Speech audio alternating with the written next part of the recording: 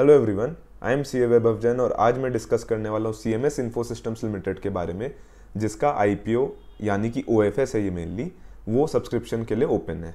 सो C M S Info Systems नाम से Info Systems लग रहा है, but it is not a IT company. ये एक कैश मैनेजमेंट सर्विस देने वाली कंपनी है प्राइमरीली। कैश मैनेजमेंट सर्विस क्या होता है पूरा मैं डिटेल डिस्कस करूंगा, but briefly if I tell you तो बैंक्स जो है वो मेनली अपने ATMs खुद मैनेज नहीं करते। काफ़ी बैंक्स आउटसोर्स कर देते हैं। ATM का AMC करना, ATM मैनेज करना, ATM में कैश जमा करना, लोग पैसा निकाले ताकि, सो ये सब चीज़ें, फिर कैश लाना ले जाना, इनके खुद के वैन्स होते हैं जिसमें ये कैश लाते हैं ले जाते हैं। तो बहुत सारे कैश रिलेटेड काम होते हैं जो CMS इन्फो सिस्टम्स करके देता है। So basically banks and other players outsource the business to CMS। ठीक है, तो सबसे पहले मैं डिस्कस करूंगा इसके इंडस्ट्री के बारे में, उसके बाद में CMS वहाँ पर क्या रोल प्ले करता है, एंड उसके बाद हम उसका फाइनेंशियल्स वैल्यूएशन देखते हुए एक ऑफर के बारे में डिस्कस करेंगे कि हमें क्या करना चाहिए as all the videos. So सबसे पहले demand for cash management services is expected to be in up trend. ये मैं क्यों बोल रहा हूँ, क्योंकि ये जो ग्राफ है ये बताता है कि कैश इन सर्कुलेशन कितना है। CIC मतलब cash in circulation. Cash in circulation होता है पब्लिक के पास, बैंक के पास टोटल मिला के कितना पैसा है करेंसी में, कैश में। तो आज जो 28,000 बिलियन के आसपास है, that is expected to grow to 41,536 billion by financial year 25। यानी कि एक 10% का एवरेज ग्रोथ रेट हम एक्सपेक्ट कर सकते हैं, और 2025 तक 41.5 ट्रिलियन रुपीस का हमारा कैश इन सर्कुलेशन इकोनॉमी में होगा। और cash in circulation to GDP जो ऑरेंज लाइन से डिपिक्ट हो रहा है वो एक 15 to 14% का एवरेज मेंटेन करते हुए चलेगा, ये हम मान रहे हैं। तो जैसे जैसे कैश बढ़ेगा इकोनॉमी में, कैश मैनेजमेंट सर्विस का भी डिमांड बढ़ना चाहिए। Secondly, ATM withdrawal divided by cash in circulation. ये एक कैश वेलोसिटी का रेशियो होता है कि ATM से कितना पैसा विड्रॉ हो रहा है और डिवाइडेड बाय टोटल कैश कितना इकोनॉमी में। ये जो रेशियो है ये इंडिया का 1.5 टाइम्स है, और अगर इसको हम बाकी इकोनॉमी से कंपेयर करें, UK का 2 है, रशिया का 3 है, चाइना कनाडा का 8 है। इसका मतलब क्या है कि ये रेशियो हमारा भी बढ़ना चाहिए। तो ये रेशियो कब बढ़ेगा, जब ATM विड्रॉल्स बढ़ेंगे। ATM विड्रॉल बढ़ेंगे यानी ATM का सर्विस का अगेन डिमांड होगा, जिसका अगेन एक प्लेयर हमारा कंपनी जिसका हम डिस्कस कर रहे हैं CMS, ये है। सेकेंड में मैं बताता हूँ कैश मैनेजमेंट मार्केट के बारे में। तो कैश मैनेजमेंट मार्केट जो है उसका जो टैम होता है, तो कैश मैनेजमेंट मार्केट आज के डेट में जो 27.7 बिलियन पे, it is expected to grow at an average CAGR of 19%, और फाइनेंशियल ईयर 27 तक वो 79 बिलियन रुपीस के आसपास का वैल्यू का मार्केट बनने का एक्सपेक्टेशन है। उस मार्केट के अंदर एक चीज़ आएगा हमारा ATM कैश मैनेजमेंट। तो ATM कैश मैनेजमेंट आज के डेट में 1432 बिलियन पे है, सॉरी 1432 करोड़ पे है, यानी कि 14 बिलियन पे है। That is expected to grow to 44.34 billion, यानी कि 79 बिलियन का जहां टोटल कैश मैनेजमेंट मार्केट है उसमें 44 बिलियन का हमारा ATM कैश मैनेजमेंट का मार्केट होगा, ये हम एक्सपेक्ट कर रहे हैं। और इसमें अगेन हमारा प्लेयर है CMS इन्फो। ये मैं क्यों बोल रहा हूँ ATM कैश मैनेजमेंट का मार्केट ग्रो होगा, सो it is because of firstly low ATM penetration. ये मैं आगे बताऊंगा लो ATM पेनिट्रेशन क्यों है कंट्री में। हमारा इंडिया का मैं बता देता हूँ, नेशनल एवरेज 22 ATMs पर 1 लाख पीपल है, और सूरू और मेट्रो दो इसके बाइफर्केशन होते हैं। मेट्रो एरियाज हो गए दिल्ली, मुंबई, बैंगलोर एटसेट्रा, जहाँ पे 26 ATMs पर 1 लाख पीपल है, और सूरू यानी कि semi urban SU and rural का RU। तो semi urban and rural areas में सिर्फ 15 ATMs पर 1 लाख पीपल है। तो it is a very low ATM penetration. Outsourcing बढ़ते जा रहा है बैंक्स का, जैसे मैंने शुरू में बताया। थर्ड, यहाँ पर सब स्केल प्लेयर्स का एलिमिनेशन हो रहा है, यानी कि जो नॉन एफिशिएंट प्लेयर्स है वो एलिमिनेट होंगे, और ये मार्केट जो लार्ज और एफिशिएंट प्लेयर्स हैं उनके हाथ में कंसोलिडेट होगा। एंड लास्टली, RBI ने इंटरचेंज फी बढ़ा दिया था। इंटरचेंज फी होता है जो ATM से पैसा निकालते हैं, तब ATM सर्विस प्रोवाइडर यानी कि CMS हो गया, ये लोग एक फ़ी चार्ज करते हैं जो बढ़ा दिया गया है। तो इनके लिए रेवेन्यू बढ़ेगा इसके, तो ये लोग ज़्यादा एक्सपैंड करना चाहेंगे उस सेगमेंट में। तो ATM and banks are also expected to grow. India जो है, India is the third largest ATM market in the world. अभी मैंने पिछले साइड में बोला पेनिट्रेशन कम है, बट यहाँ मैं बोल रहा हूँ थर्ड लार्जेस्ट ATM मार्केट है। तो ये ATM market third largest is based on the number of ATMs installed, but it is still highly unpenetrated market. I will explain this. हमारे पास एवरेज 22 ATMs पर 1 लाख पीपल है, बट अगर हम 22 का एवरेज देख रहे हैं, that is even below the world average. World में 42 ATMs पर 1 लाख पीपल होता है, और अगर हम और इकोनॉमीज़ का बात करें तो कनाडा में 219 एटीएम्स है, रशिया में 156 एटीएम्स है, इंडिया में सिर्फ 22 एटीएम्स पर 1 लाख पीपल है। इसका मतलब there is a active market growth यहाँ पर पॉसिबल है एटीएम्स के मार्केट में इंडिया के लिए। और यहाँ पर अगर हम देखें आज की डेट में 255 एटीएम्स है, 255,000 सॉरी 2,55,000 एटीएम्स है और 1,25,000 बैंक ब्रांचेस है, which is expected to grow to 365,000 ATMs and 180,000 bank branches by financial year 2027। ये उसका CAGR है, 6% के आसपास का ग्रोथ आएगा इसमें भी। इस पूरे मार्केट में जो भी मैंने बताया, this is a cash management and ATM market. यहाँ पर CMS caters to all the outsourcing requirements, चाहे वो बैंक्स और फाइनेंशियल इंस्टीट्यूशंस के हो, अब ये रिटेल और ई-कॉमर्स कंपनीज का भी काम करता है। तो अगर हम CMS की ही बात करें तो इसका सबसे जो मेजर रेवेन्यू कंट्रीब्यूटिंग सर्विस है that is the cash management service. ये अराउंड 68% रेवेन्यू जनरेट करता है और पिछले 2 साल में एक 0.3% का ही CAGR इसने रजिस्टर किया, which is not a very good growth. तो कांस्टेंट है। अगर इसको हम देखें, इसका सेकंड लार्जेस्ट सर्विस है मैनेज्ड सर्विस, जो 28% ऑफ रेवेन्यू कंट्रीब्यूट करता है और 36% का CAGR रजिस्टर किया है। एंड लास्टली अदर सर्विसेज जो 3.5% रेवेन्यू है। तो कैश मैनेजमेंट सर्विस जब मैं बोलता हूँ, इसमें 3 चीज़ें आती है mainly: ATM cash management, retail cash management and cash in transit. Manage service की बात करूँ तो banking automation, product deployment, brown label ATM and manage service and software solutions. और अदर्स में मैं बोलूँ तो card issuance and card personalisation. ये बेसिक है किसके बिजनेस का ओवरलुक मैंने दिया। अब CMS is a leading player in this industry.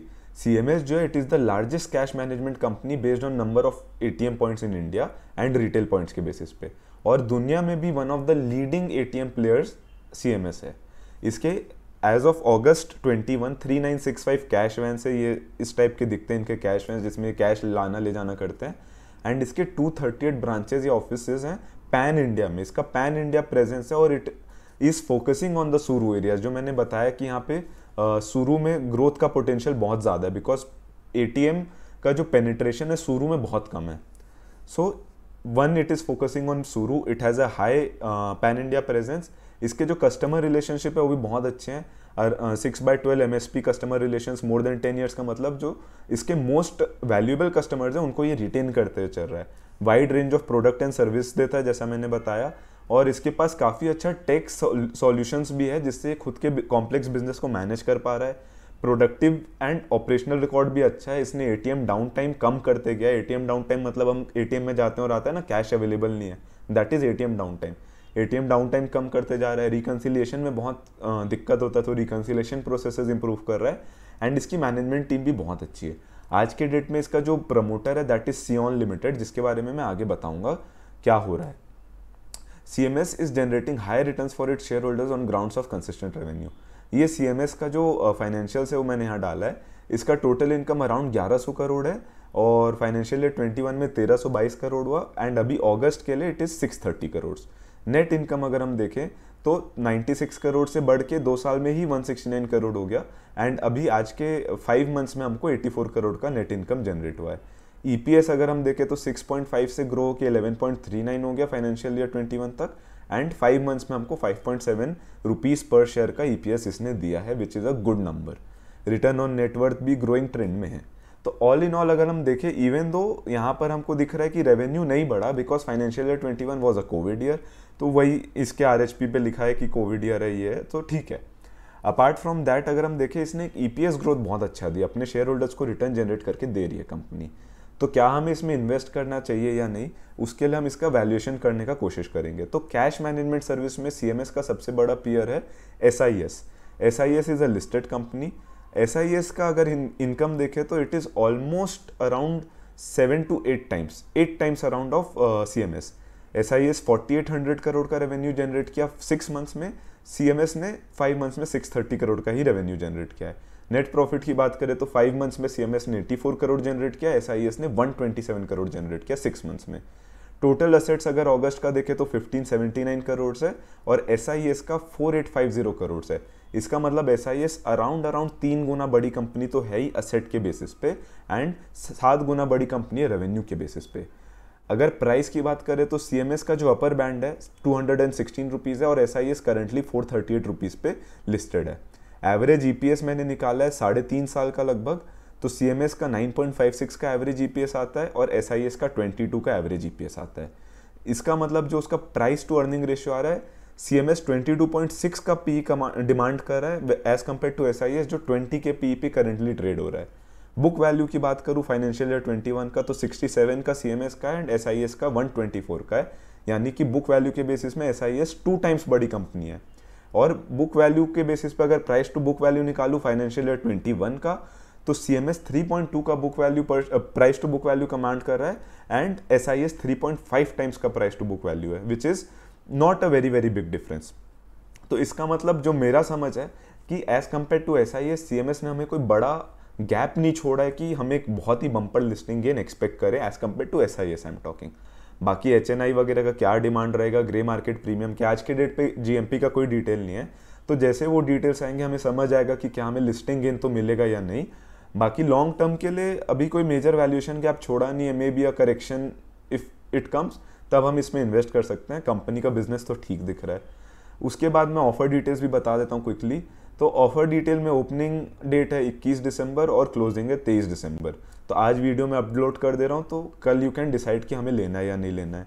205 से 216 रुपये का बैंड है, हमें 216 रुपये पे 69 शेयर लेना होगा, तो 14,904 रुपये का हमें एक लॉट पड़ेगा। उसके अलावा ये मेजर डेट्स हैं, पढ़ लेना इनको। और ये मैं ओएफएस से बताया था शुरू में। ओएफएस क्या होता है कि जो प्रमोटर है वो अपने शेयर्स बेच के यहाँ से निकलना चाह रहा है कुछ हद तक, क्योंकि प्रमोटर काफ़ी टाइम से इन्वेस्टेड था, वो चाह रहा है कि वो लिस्टिंग गेन का फ़ायदा उठाए और कंपनी में अपना स्टेक कम करे और कंपनी को लिस्ट कराए। तो सियोन लिमिटेड जो है वो 100% प्रमोटर था और उसने पोस्ट लिस्टिंग उसका स्टेक 65.59% हो जाएगा। तो जो ये 1100 करोड़ लगभग का इशू है, ये पूरा ओएफएस है, इसमें आईपीओ नहीं है। तो अब इस बेसिस पे आज के डेट पे I don't feel comfortable to give any advice कि इसको लेना चाहिए या क्या करना चाहिए। मैंने कंपनी के बारे में पूरा डिटेल्स बता दिया है। अब इसमें you can take your own call इस कंपनी के बारे में, क्योंकि अभी उतना इन्फॉर्मेशन नहीं है कि हम इसमें डिसाइड करें कुछ। अब इसके बाद एक चीज़ और बताता हूँ मैं। मेरे हर एक वीडियो का ट्रेंड होता है कि पहले मैं इंडस्ट्री के बारे में पूरा डिस्कस करता हूँ, ये पूरा मैं रेड हेरिंग प्रोस्पेक्टस और थोड़ा गूगल वगैरह से पढ़ के ये सब इन्फॉर्मेशन देता हूँ, फिर बिजनेस के बारे में देता हूँ। ऑल्टरनेटिवली एक ईजियर वे होता है कि मैं चित्तौड़गढ़.com पे जाऊँ, इसमें हर आईपीओ का एक डिटेल आता है कि कंपनी क्या करती है, क्या स्ट्रेंथ है, उसका बेसिक एकदम ईजी वे में ये लोग अपना ये बता देते हैं, फाइनेंशियल्स कोई डिटेल नहीं देते, एंड आईपीओ का क्या है। बट आई फील कि इस बेसिस पे हम कंपनी को नहीं जान पाएंगे और उस पर क्या करना चाहिए वो जान नहीं पाएंगे। Only price is not important. अगर मान लो हम अप्लाई करते हैं और कंपनी एक लोअर वैल्यूएशन पे खुलती है, लिस्टिंग गेन नहीं होता है, अगर फिर भी हमें कंपनी के बारे में पता है तो वी कैन बी कॉन्फिडेंट कि ठीक है प्राइस वापस आ जाएगा and we can hold on to it. इसलिए I try to discuss the industry as well as the business with all of you, and इसके लिए मैं इसका रेड हेरिंग प्रोस्पेक्टस हर एक कंपनी का पढ़ता हूँ पूरा, तब जाके ये वीडियो बनाता हूँ। So on that note I hope you like the video, और इससे कुछ तो वैल्यू जनरेट होता ही होगा जो भी देखते हैं। So please like the video and share it with any of your friends who will find this video relevant, ताकि उनको भी एक बेटर नॉलेज मिले। So on that note, thank you.